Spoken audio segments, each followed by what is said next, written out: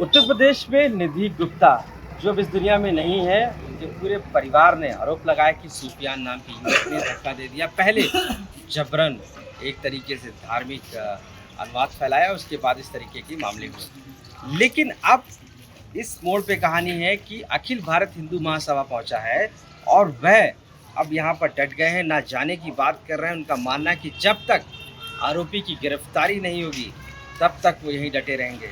हमारे साथ मौजूद हैं नेशनल स्पोक्स पर्सन सुशील चतुर्वेदी जी। ये बताइए कि आज आप यहाँ पर आए हैं, क्या पीड़ित परिवार से बात हुई, क्या कहा उन्होंने? बहुत ही गमजदा है परिवार निधि का। जिस प्रकार से जघन्य हत्याकांड हुआ है, सोची समझी साजिश के तहत वो भूख से, भोजन से वंचित हैं, प्यासे हैं, भोजन नहीं कर रहे हैं। उनके दर्द भरी बातों को हमने सुना है, उनकी बातों को उच्च अधिकारियों तक मैं भी ले जाऊंगा। हमारे कार्यकर्ता हम लोग यहाँ पर मौजूद रहेंगे इनके साथ।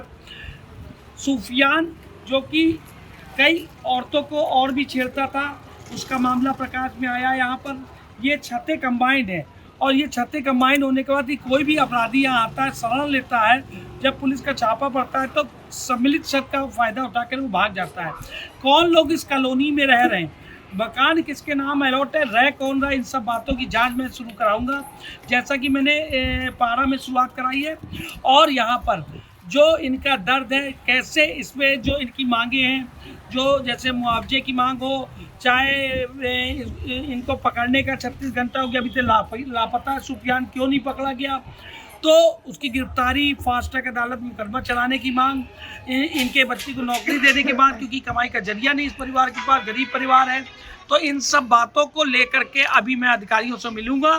तो आपके कार्यकर्ता क्या इस दौरान यहाँ पर मौजूद रहेंगे? बिल्कुल बिल्कुल मौजूद रहेंगे। मैंने पहले ही बताया कि मैं हमारे कार्यकर्ता हम लोग यहाँ मौजूद रहेंगे और जब तक ये मामला एक मुकाम तक नहीं पहुंचता, इस परिवार को इंसाफ नहीं मिलता है, तब तक ये लड़ाई जारी रहेगी।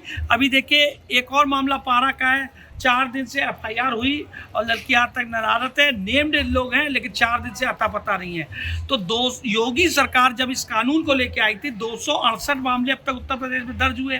तो इन मामले, एक ही तरीके के मामले 268 जब दर्ज होते हैं तो आखिरकार ऐसी घटनाएं हो रही है ना, तो ये इस बात का प्रूफ है। तो योगी सरकार काम ठीक कर रही है, लेकिन योगी सरकार के निचले स्तर पर जो अधिकारी हैं, इनका कार्य संतुष्टि के लायक नहीं है। इस पे हम लोग का सीधा सीधा आरोप है। इसको लड़ाई को अब हम अंजाम तक निधि जी की पहुंचाएंगे।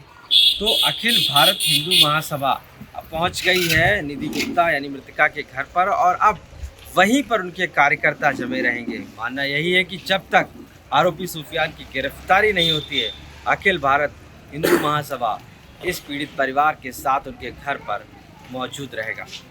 लखनऊ से आशीष श्रीवास्तव, आज तक।